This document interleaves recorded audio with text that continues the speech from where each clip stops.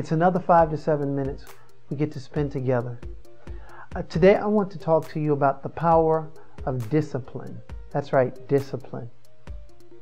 Jesus had 12 disciples. Disciple is rooted in the word discipline. Disciple means a disciplined follower.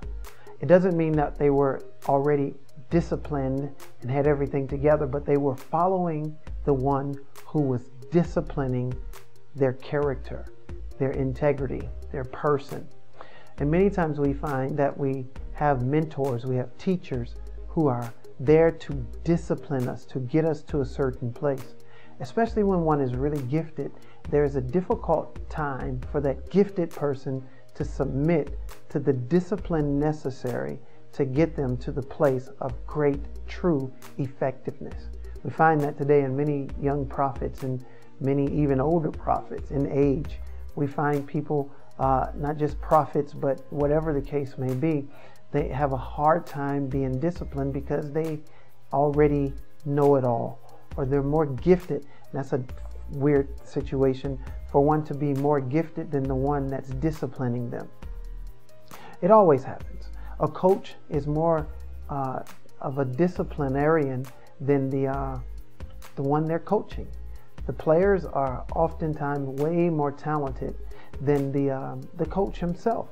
But if they listen to the coach can lead them to great victories through discipline.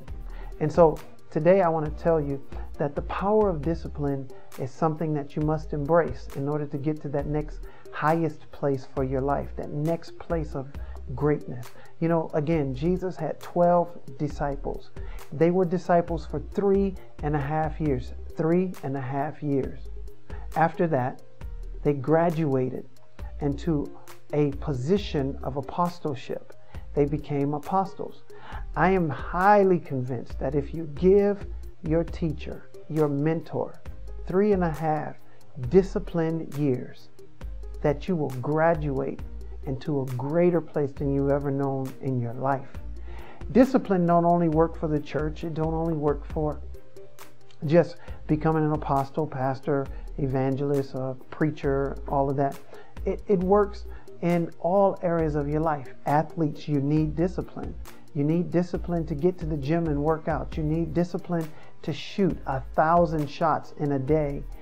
Just shooting one same shot 1,000 times in a day. But you understand, that's what separates the average, the talented, from the great. Kobe Bryant is one of the greats.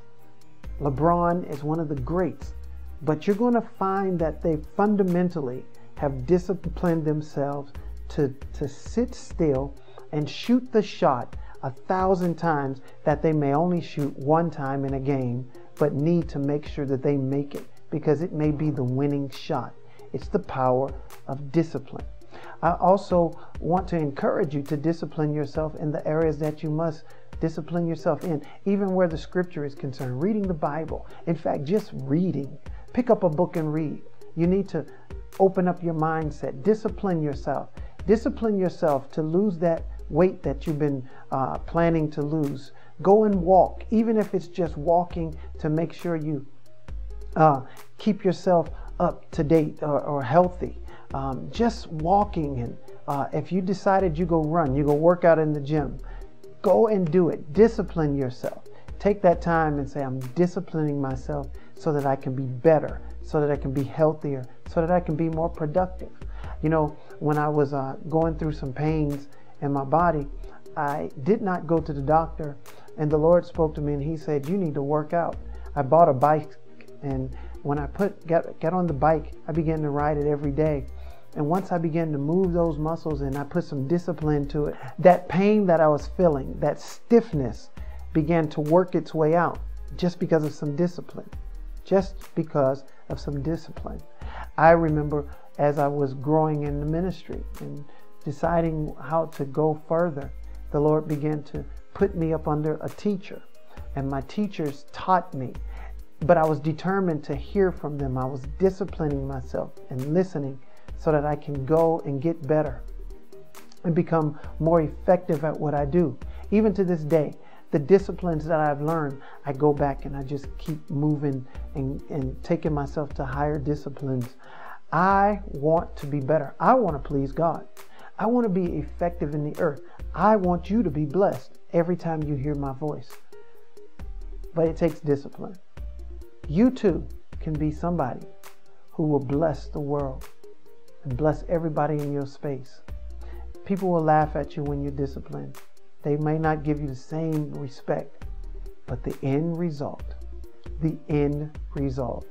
is better than the people's disrespect. I encourage you today, go discipline yourself. Become greater at what you are, who you are, and better. Don't be average. Go way above average. Be better. Discipline yourself. There's power in discipline. Thank you for being with me today, and I look forward to talking to you again real soon. Be blessed. You can follow me on Twitter at Dwayne Hardin, and you can also like my page on Facebook, Apostle B. Dwayne Hardin. Thank you again. Be blessed.